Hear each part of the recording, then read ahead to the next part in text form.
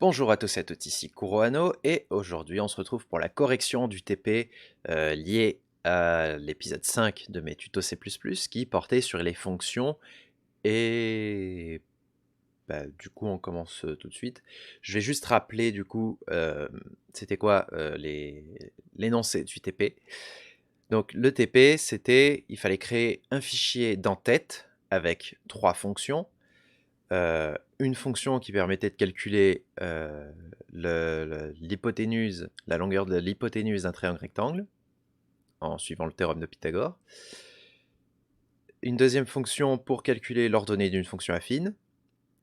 Et une dernière fonction qui calculait le volume d'un cylindre. Voilà.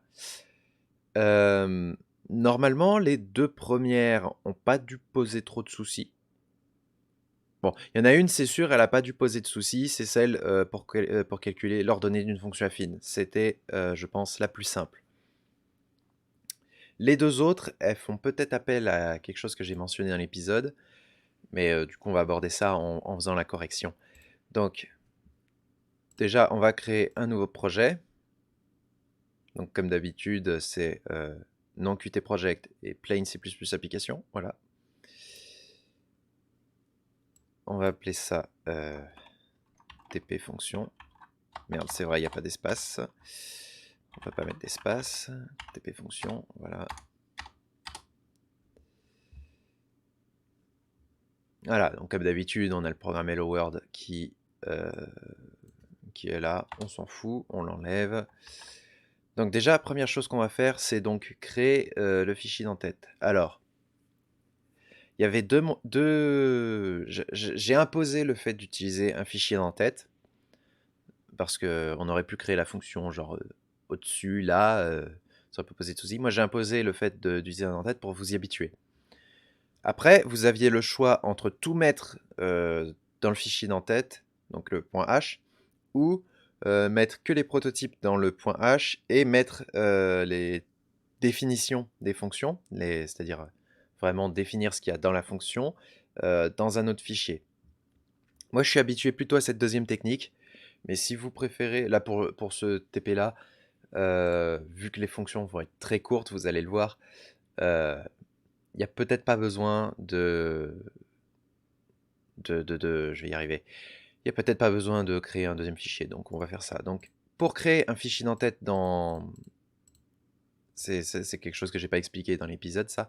Mais du coup, pour créer un fichier d'entête dans Qt Creator, vous faites clic droit ici sur Source.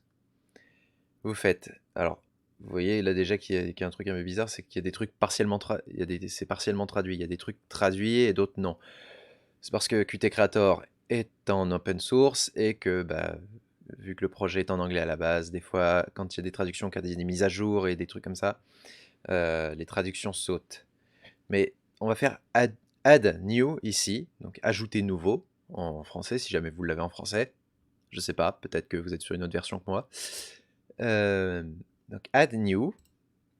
Et ici, donc vous restez sur l'onglet C++, là, vous vérifiez bien que vous êtes dessus. Et vous allez sélectionner, alors C++ class, ce sera pour le prochain épisode. Et vous avez C++ source file, donc ce sera un fichier .cpp, ou C++ header file, qui est un fichier d'entête, donc qui sera un .h. Là, on va sélectionner C++ header file. Donc, une fois qu'on a sélectionné ça, on lui donne un nom. Donc, faudrait donner un nom significatif normalement, mais là, on va juste appeler ça fonction. On appelle ça fonction, voilà. Et voilà, donc notre fichier est créé, vous voyez sa moline ici. Voilà, on a un fichier .h. Donc ce qu'on va faire maintenant, c'est qu'on va coder nos fonctions. On va commencer par la plus simple, comme je disais, c'est-à-dire le calcul de l'ordonnée d'une fonction affine. Donc, elle va être très simple, cette fonction. Déjà, on va réfléchir au type de retour. À chaque fois, il y aura une valeur... j'ai dit, ouais, il faut... Dans l'énoncé, à chaque fois, je veux que ce soit renvoyé par une valeur de retour. Donc, il faut réfléchir à ça. Notre fonction, déjà, pour calculer une fonction affine, on peut donner un peu n'importe quelle valeur. c'est pas forcément que des nombres entiers, positifs ou négatifs. On peut aussi avoir des nombres à virgule.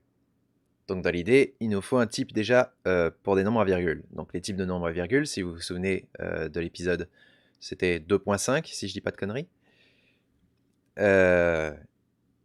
Nous en avons 3. Nous avons les floats, les doubles et les longues doubles. Nous, je pense qu'on va faire, on va se concentrer déjà sur on va opter pour un double. Ça suffira, je pense, pour ce TP. On n'a peut-être pas besoin d'utiliser 128 bits pour une variable. 128 bits qui correspond à, en moyenne, 16 octets, si je dis pas de bêtises. Donc 64 bits seront largement suffisants, c'est-à-dire 8 octets. Donc on va faire un double. Donc notre fonction, ça va être... on va l'appeler calcul ordonné. Il faut toujours donner des noms qui ont du sens à nos fonctions. Donc là, calcul ordonné, ça me paraît pas mal. Et encore, ça peut manquer de précision parce que c'est calcul ordonné, mais par rapport à quel type de fonction. Mais bon, pour le TP, là, ça ira bien. On sait que c'est par rapport à nos 3 fonctions, on saura que c'est notre fonction qui calcule les ordonnées d'une fonction affine. Et donc cette fonction, il va lui falloir des paramètres, puisqu'il faut savoir c'est quoi la fonction. Donc on va avoir un... Déjà, si vous savez ce que c'est qu'une fonction affine, normalement, une fonction affine, c'est on multiplie x par un coefficient et on ajoute un autre nombre. Donc il nous faut en tout 3 paramètres. Il va nous falloir x, tout simplement. Et selon l'école à laquelle selon comment vous avez appris à l'école, soit vous connaissez le schéma d'une fonction affine comme ax plus b, ou alors moi j'ai aussi connu mx plus p. Donc vous choisissez ce que vous voulez. Moi je vais prendre a et b, hein, ce sera le plus simple. Et donc en soi, tout peut être des doubles ici. A et double B. Oups là, B, on y arrive. Et on va pas s'embêter avec les prototypes, tout ça, on définit tout de suite. Hein. Voilà. Donc, alors vous voyez déjà qu'il y a des warnings partout pour me dire qu'il y a des paramètres qui ne sont pas utilisés, tout ça. Je vais zoomer un peu sur voilà, sur la fenêtre, comme ça on voit un peu mieux. Je vais zoomer un peu sur la fenêtre, voilà, donc on dit que X n'est pas utilisé, A n'est pas utilisé, et là ça déborde, mais B n'est pas utilisé non plus, et on nous dit que notre fonction n'est pas valide ici, parce que on n'a pas mis de return. Mais ça, on va... Alors, en soi, là, je pourrais tout faire en une ligne, en vrai. On va faire ça. Le but, c'était pas vraiment de vous faire des fonctions compliquées, c'était vraiment de vous apprendre comment vous servir des fonctions. Et des fois, des fonctions, bah, elles n'ont pas besoin de forcément 3 tonnes de code. Hein. Ça sert surtout pour éviter de répéter 36 000 fois du code. Bon, quand c'est juste une ligne, ça vaut peut-être pas le coup. Comme là, genre, si je fais return, c'est parce que c'est tout ce qu'on a besoin en vrai. Hein. Ça va juste être A fois B. Non, A fois X plus B. Voilà, c'est tout ce qu'on a besoin. En soi, ça suffit ça. On a notre fonction déjà. Après, on aurait pu s'amuser à faire une variable supplémentaire, genre une variable résultat qui est égale à A fois X plus B, et faire return résultat après. Mais bon, il n'y en a pas trop l'utilité. Et donc, quand on crée une fonction, l'idéal c'est de pouvoir la tester après. Donc pour tester ça, on va retourner dans le main. Là, ce qu'on va faire, c'est qu'on va rajouter du coup notre en-tête, qui est, donc on va utiliser include, Et là, vu que c'est un fichier qu'on a créé nous, si vous vous souvenez de la vidéo de base, j'ai dit les chevrons, c'est pour quelque chose qui est dans le répertoire du compilateur.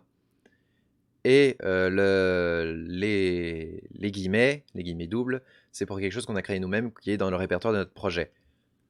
Le fonction.h, là, c'est quelque chose qu'on a créé nous-mêmes, donc c'est dans le répertoire de notre projet. Donc on va utiliser des guillemets doubles. Et bah, on met tout simplement ici, et après on met tout simplement ici fonction.h. Et vous voyez l'autocomplétion qui affiche ce qu'il faut après. Donc on fait notre include, et puis l'idéal c'est de tester. Donc, alors, histoire que tout soit bien affiché, ce qu'on va faire, c'est qu'on va utiliser une variable.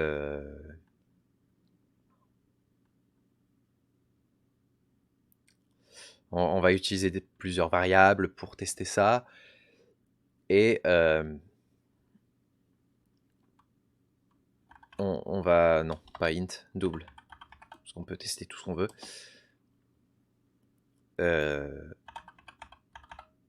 Entrée de x. Voilà, on va faire ces trois là.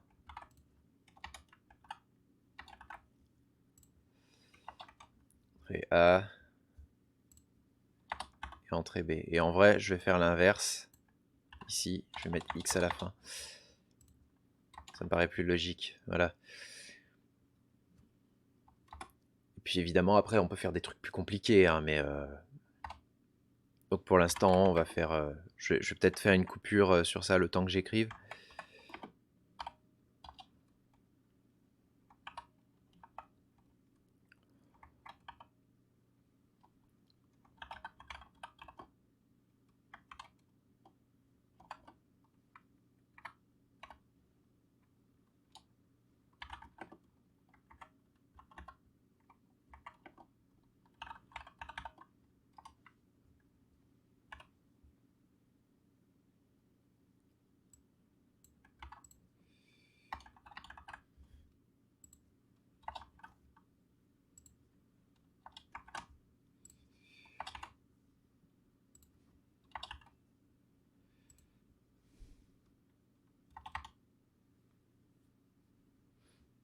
Et je remarque.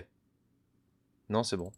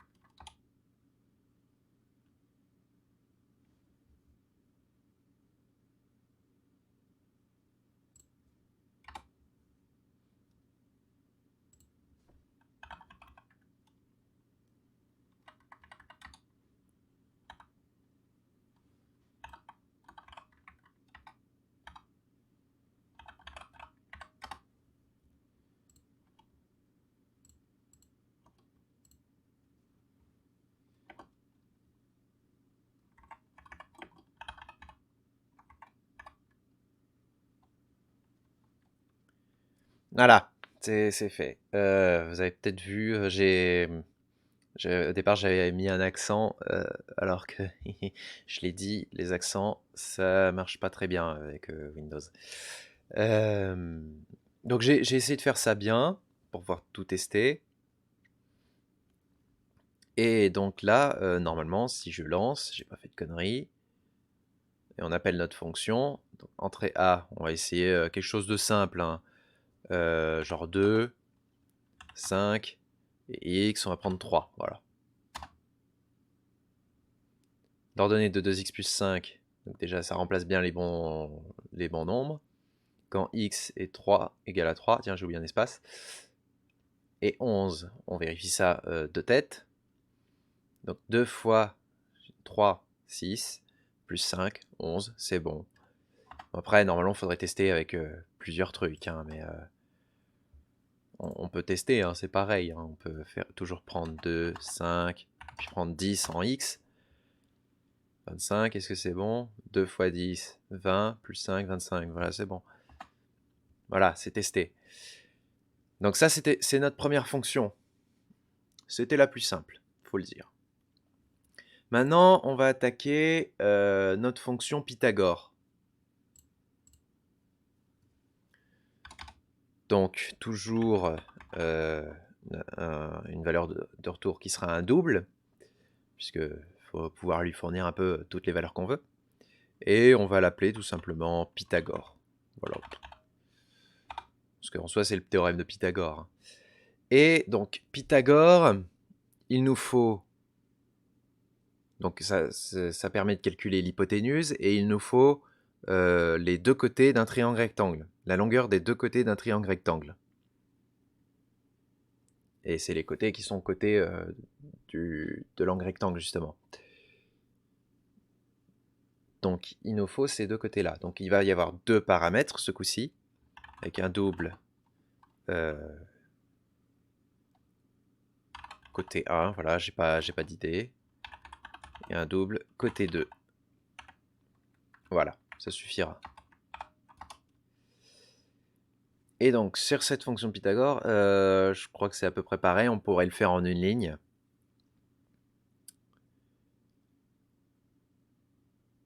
Mais, donc en soi, Pythagore, c'est le côté 1 au carré plus le côté 2 au carré qui est égal à l'hypoténuse au carré. Tout va bien là-dessus? La valeur au carré, c'est quelque chose d'assez facile à faire en C++, c'est juste, bah, genre là, si je prends côté 1, ça va juste être côté 1 fois côté 1. Voilà, on a côté 1 au carré. Côté 2, pareil. Par contre, là où on va avoir un souci, c'est pour la racine carrée.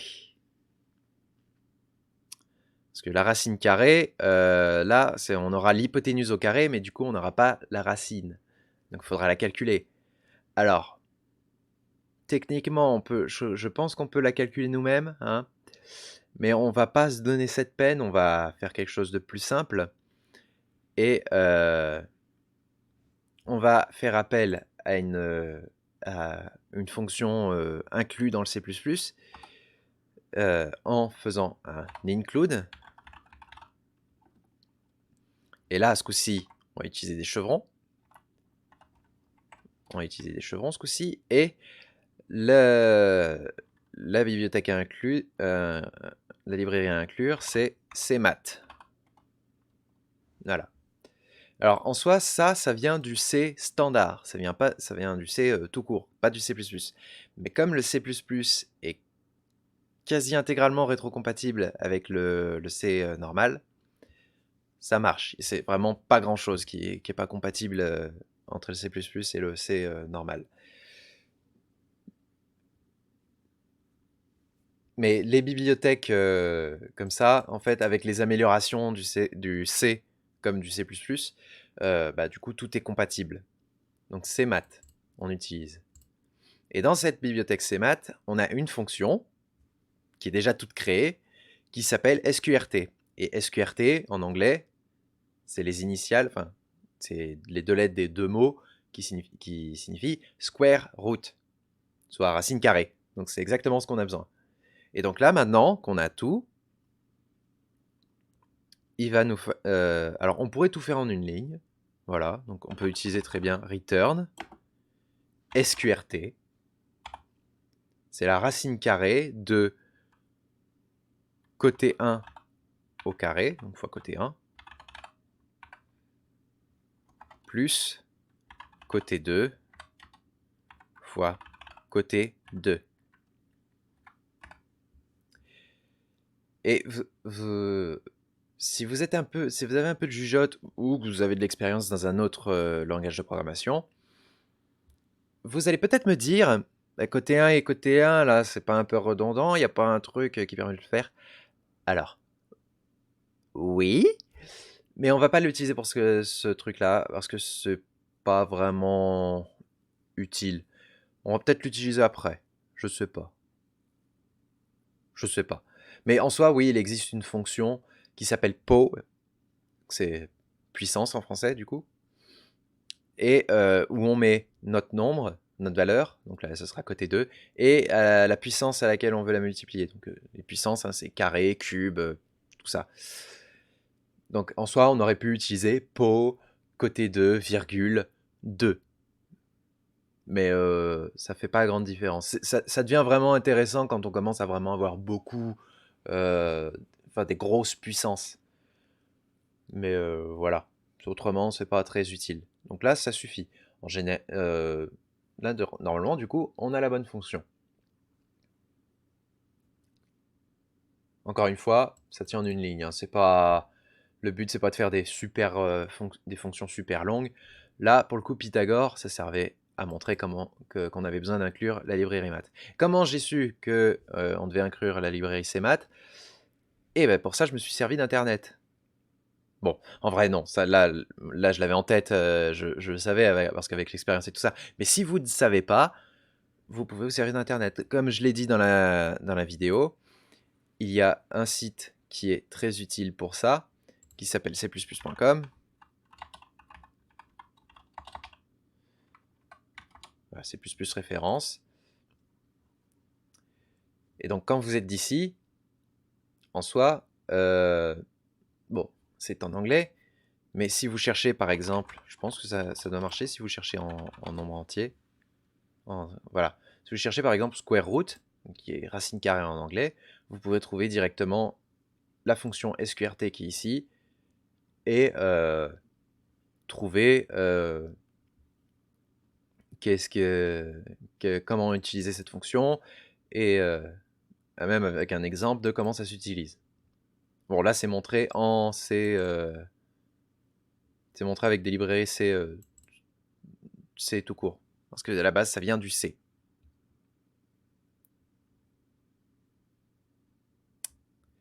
Après, si vous savez, par exemple, si vous connaissez, par exemple, une librairie, bah, genre CMath, mais que vous ne souvenez pas exactement ce qu'il y a dedans, vous cliquez sur CMath et là, vous avez tout.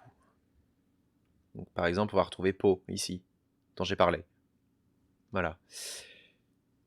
Donc, après, vous pouvez très bien utiliser un autre site, hein, mais moi, j'utilise cplus.com parce que c'est l'habitude que j'ai pris. Voilà, c'est tout. Donc voilà, on a réussi à faire notre fonction Pythagore. Et donc maintenant, il faut la tester. Bon, ça, on a vu que ça marchait. Je le mets en commentaire. Voilà, comme ça, ça, on le verra pas quand on testera. Et donc, on n'a plus qu'à tester. Voilà. On va juste faire deux variables. Voilà. Double. Entrée côté 1. Voilà.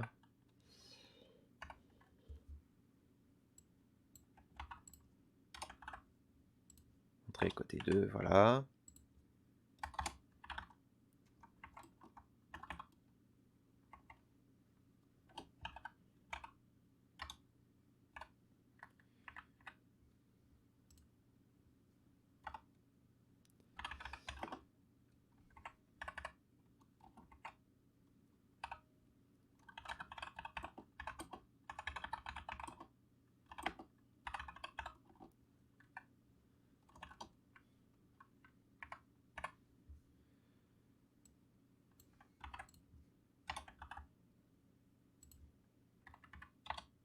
Voilà, on fait la même chose pour le côté 2.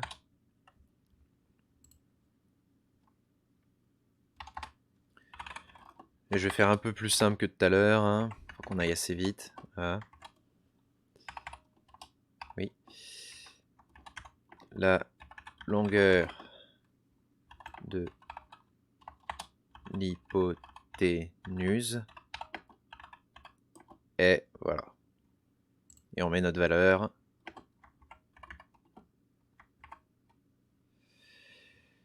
Et donc là, on appelle notre fonction Pythagore. Entrée côté 1. Et entrée côté 2. Voilà. Et on va mettre un petit endel à la fin. Voilà. Voilà. Et donc si on exécute... Alors si on essaye déjà avec une valeur simple...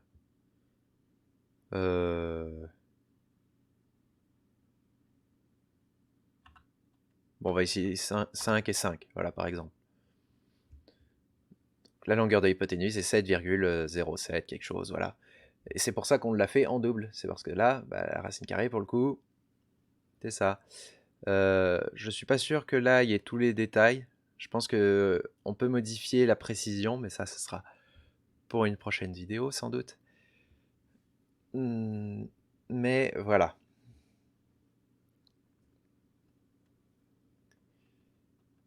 On a un environ. Et par contre, on peut pas afficher comme avec une calculatrice vraiment racine de quelque chose. Parce que là, ça doit être... parce que 5 au carré, et 5 au carré, ça fait 25, 25, ça fait 50. Ça va faire 2 racines de 5, si je dis pas de conneries. Non 5 racines... Non. Je dis... Qu'est-ce que je raconte 5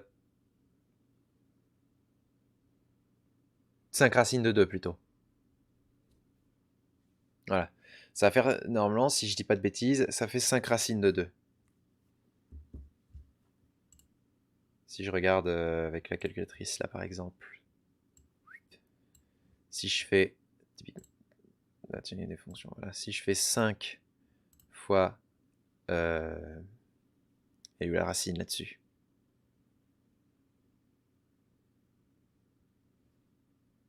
Oui.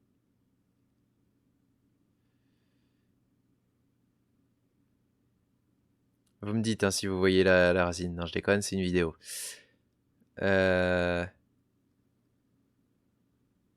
Bonjour, je cherche la racine.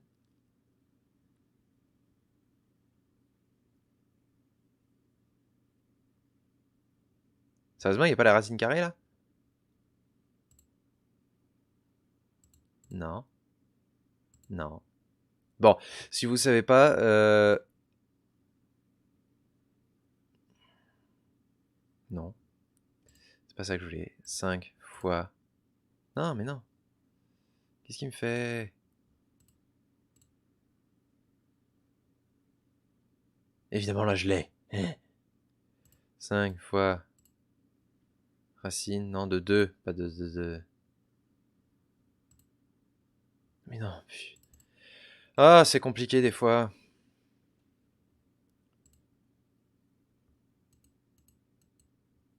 C'est pas 5 fois racine de 5, c'est 5 fois racine de 2 que je veux. Bon, on va faire racine de 2. Putain. Ok, je crois savoir comment ça fonctionne.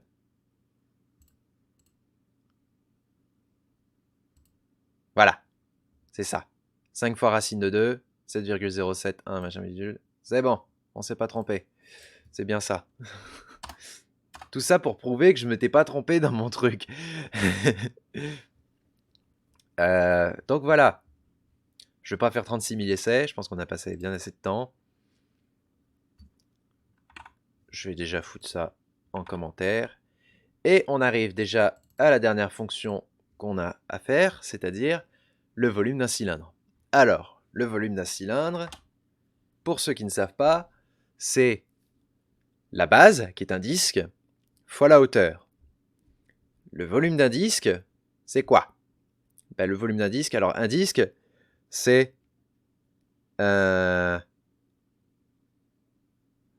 disque, ben, c'est comme un cercle mais en 3D. Et comme il est en 3D, en fait, et que c'est censé être un cercle, bah, il n'a pas de dimension en hauteur.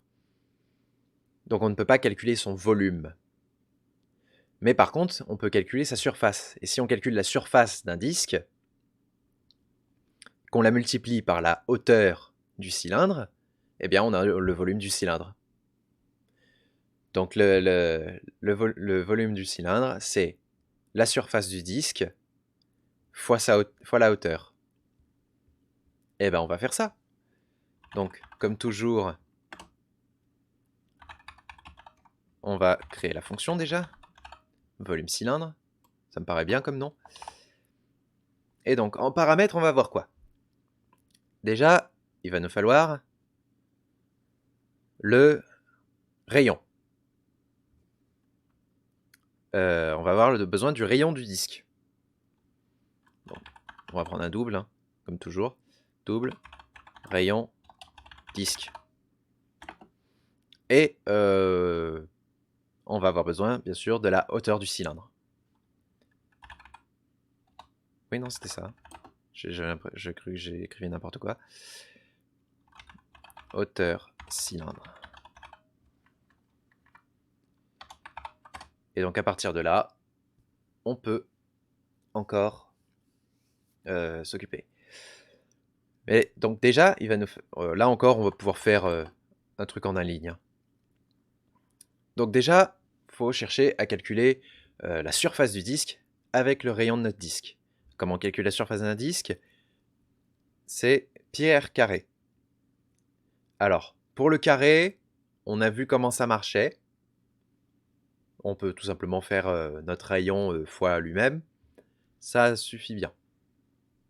Ou alors, si vraiment vous voulez utiliser la fonction, vous pouvez utiliser po, rayon disque, virgule 2. Voilà, ça revient au même. Mais par contre, pour pi, comment on fait? N'y aurait-il pas une fonction qui existe dans CMath permettant d'obtenir pi?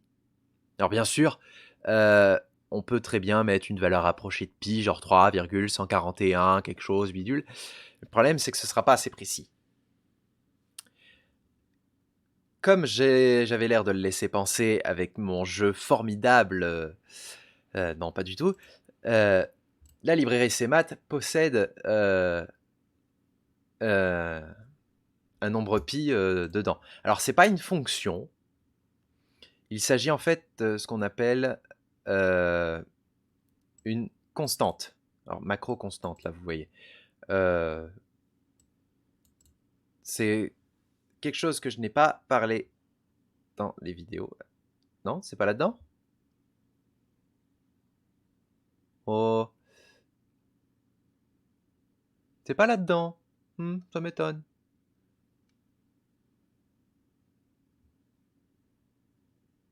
Bah, vous voyez, je découvre un truc. Je croyais que c'était là-dedans. Eh ben, on va chercher parce qu'il me semble qu'il y a quand même une fonction pi.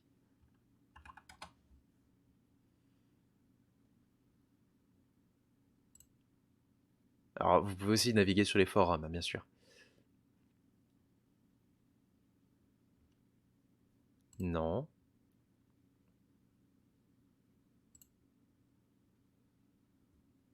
Non. Alors, vous voyez qu'il y a moyen de calculer pi en soi avec une suite et tout ça. Mais moi, je voudrais...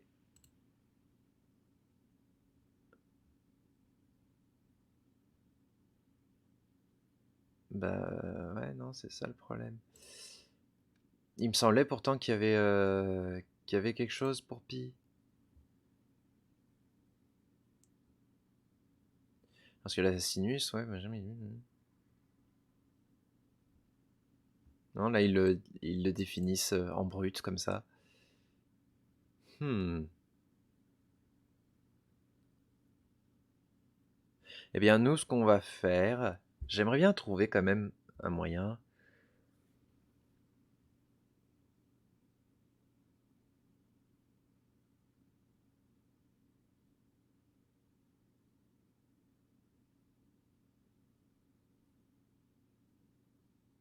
Hmm. Je vais sans doute couper par là, histoire de réfléchir 2 minutes.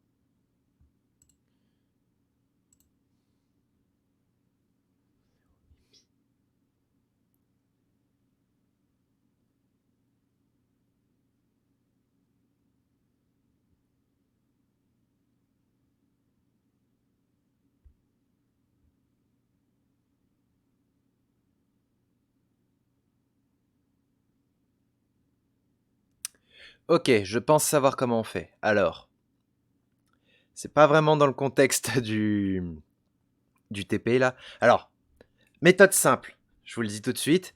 Vous pouvez très bien faire ça, le coup du define pi, ou alors define, c'est en fait un moyen de faire une constante, mais pas en variable en fait.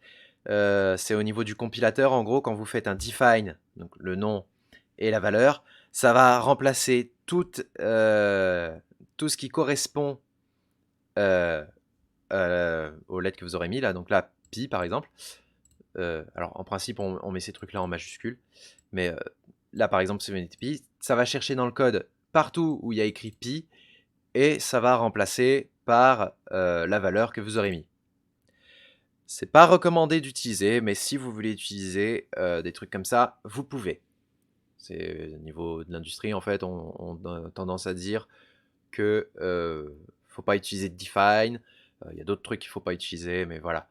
Les define, en principe, on dit faut pas utiliser, ou alors faut utiliser, mais que pour débugger, il faut les enlever à la fin, ou des trucs comme ça.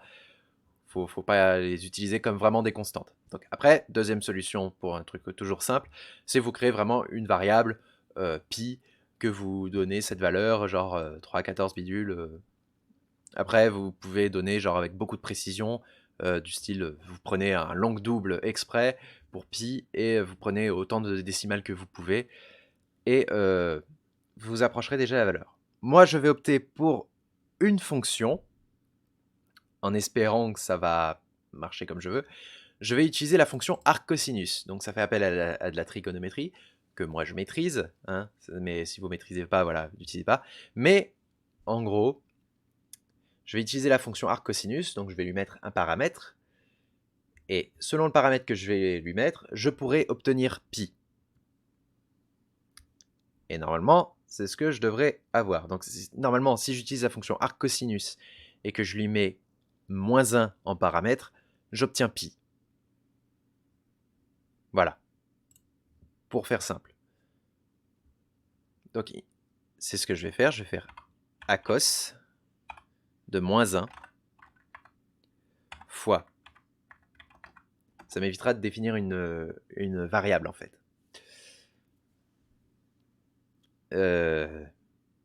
Et en espérant obtenir une plus grande précision. Acos de -1, donc arccosinus de -1, fois notre rayon au carré, donc rayon disque. Vous savez quoi, voilà. Puisqu'on s'est dit qu'on allait utiliser des fonctions, on va, même si c'est pas très utile, voilà, on va utiliser po. Donc là, on a la surface de notre disque et fois la hauteur de notre cylindre. Hauteur cylindre. Et normalement, on a notre nombre. Donc, admettons déjà que je mette... pour vérifier, tiens, déjà que notre valeur de pi, on la retrouve bien. Pour tester, on va déjà...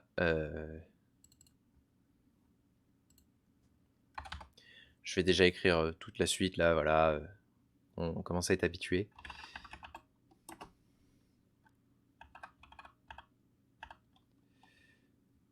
Entrée, rayon.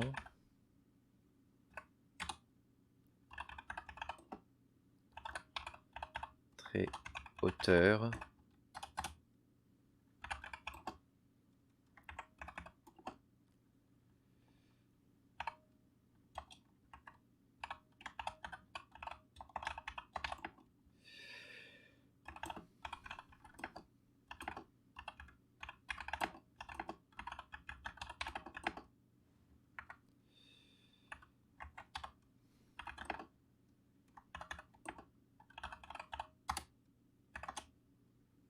Oups, mauvais. Ah!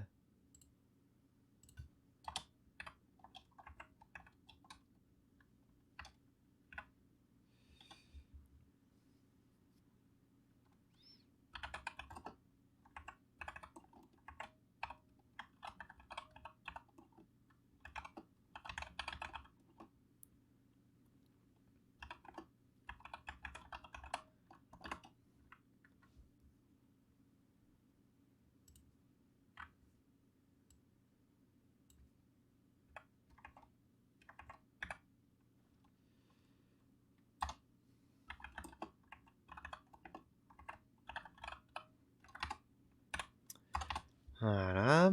Et enfin, le volume du cylindre.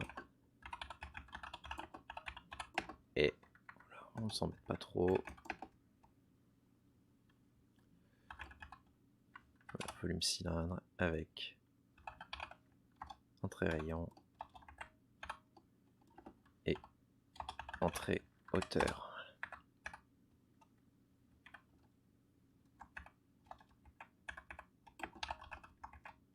Toujours avec le Ndel à la fin. Et normalement, si on teste ça, et que je mets en rayon 1, et que je mets en hauteur 1, c'est ça, hein. Si je mets en rayon 1, donc Po ici, ça donnera 1, et si je mets en hauteur 1, donc on devrait obtenir juste le à cause de moins 1. Et à cause de moins 1, normalement, c'est pi. Donc on va tester ça. On met 1, et on trouve le 3, 14, 159, machin. Et ça, je crois que c'est que... c'est qu'il affiche que 5 chiffres après la virgule. Dans la variable, oui, quand on calcule, on devrait bien avoir... on doit bien avoir plus de décimales, mais c'est juste au niveau de l'affichage qu'il n'en met que 5. Et encore une fois, ça se modifie, mais ce sera pour une prochaine fois. Donc maintenant, si on teste avec d'autres valeurs, genre on met en rayon 3 et en hauteur on met 10, voilà, on a le volume de cylindre, et il n'y a pas d'unité, mais en soi ça pourrait être n'importe quelle unité que ça marcherait quand même. Hein. Par exemple, ça peut être des centimètres, comme ça peut être des mètres, ça revient au même. Vu qu'on multiplie tout, c'est du même ordre de grandeur à chaque fois, ça gêne pas. Donc voilà, vous voyez, pour la dernière fonction, ça a été un peu plus compliqué. En soi, on a eu include juste ces maths, mais voilà.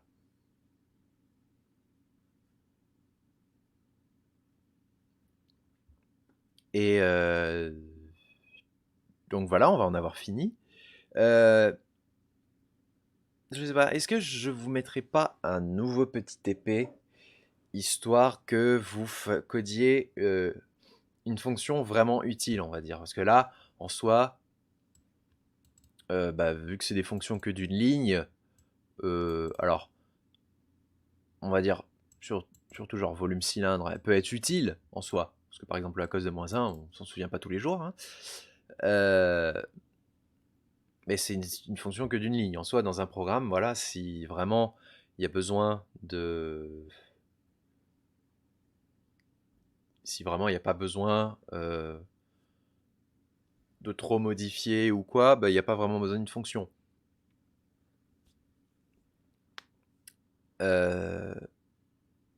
En général, quand on se fait l'image d'une fonction, on imagine une fonction de plusieurs lignes. Alors, est-ce que je vous mettrai pas un nouveau TP, mais ce coup-ci avec une seule fonction? Et ce serait une fonction, là par contre, qui serait un peu plus longue à faire. Alors en soi, on peut le faire sans fonction, cette chose-là. Mais ça pourrait être utile, par exemple, de...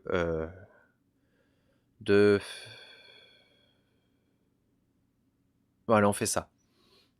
Et moi, ça me fera un petit défi en même temps. Vous connaissez la suite de Fibonacci? C'est...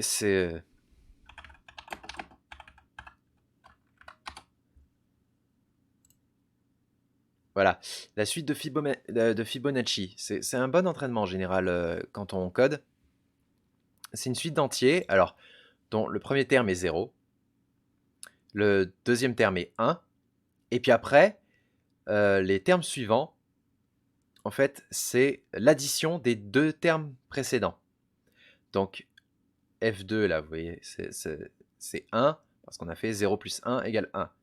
F3, c'est 2, parce qu'on a fait F1 plus F2, donc 1 plus 1 égale 2.